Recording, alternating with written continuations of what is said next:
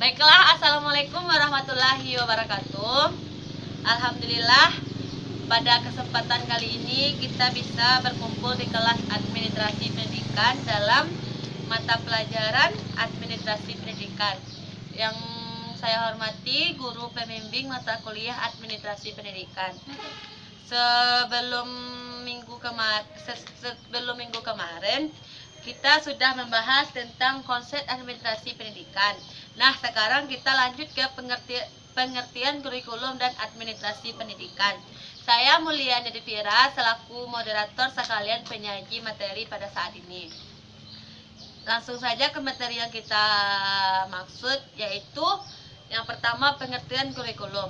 Kurikulum adalah kumpulan rencana atau tujuan pembelajaran materi dan bahkan cara mengajar yang digunakan sebagai pedoman oleh pengajar demi tercapainya tujuan belajar.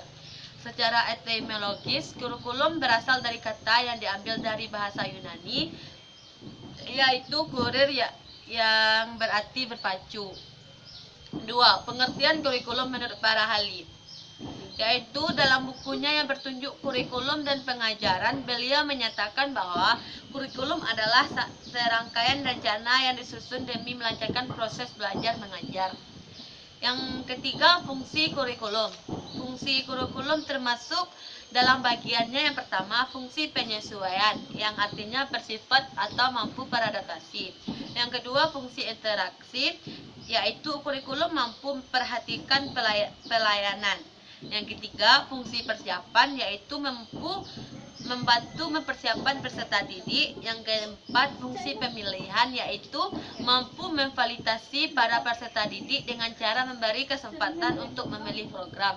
Yang kelima, yaitu fungsi diagnostik, yaitu untuk memahami dan mengarahkan profesi dari seorang peserta didik agar dapat mengali potensi. Yang keempat dari kurikulum, yaitu tujuan kurikulum. Tujuan kurikulum yaitu yang pertama, tujuan pendidikan dasar yang meletakkan fondasi dasar kecerdasan, pengetahuan dan kepribadian. Yang ketiga, yang kedua, tujuan pendidikan menengah, yaitu meningkatkan kecerdasan, pengetahuan, kepribadian, akhlak mulia serta keterampilan peserta didik. Yang ketiga, tujuan pendidikan menengah kejuruan, yaitu pendidikan yang meningkatkan kecerdasan, pengetahuan, kepribadian, akhlak yang mulia. Yang B, administrasi kurikulum. Administrasi kurikulum adalah lembaga pendidikan, proses kegiatan yang direncanakan dan diusahakan secara sengaja dan secara bersungguh-sungguh dengan secara pembinaan. Yang pertama, unsur-unsur pokok administrasi dalam dunia pendidikan, yaitu organisasi dan struktur pegawai tata usaha. Yang kedua, organisasi dan anggaran belanja keuangan sekolah. Yang ketiga, pengolahan buku pokok. Yang keempat, organisasi perkumpulan murid. Yang selanjutnya, fungsi kurikulum dalam pendidikan. 1. Meningkatkan efisiensi pemanfaatan sumber daya kurikulum, pemberdayaan sumber. Yang kedua, meningkatkan keadilan. Yang ketiga, meningkatkan relevansi dan efektivitas. Yang kelima, meningkatkan efektivitas kinerja guru. Baiklah, hanya itu materi yang dapat saya sampaikan. Apakah dari teman-teman ada kritikan dan saran? Jika tidak ada, apakah dari teman-teman ada yang ingin bertanya? Baik, disilakan kepada Fitriani. Oke, saya akan menjawab pertanyaan dari Fitriani, yaitu fungsi kurikulum.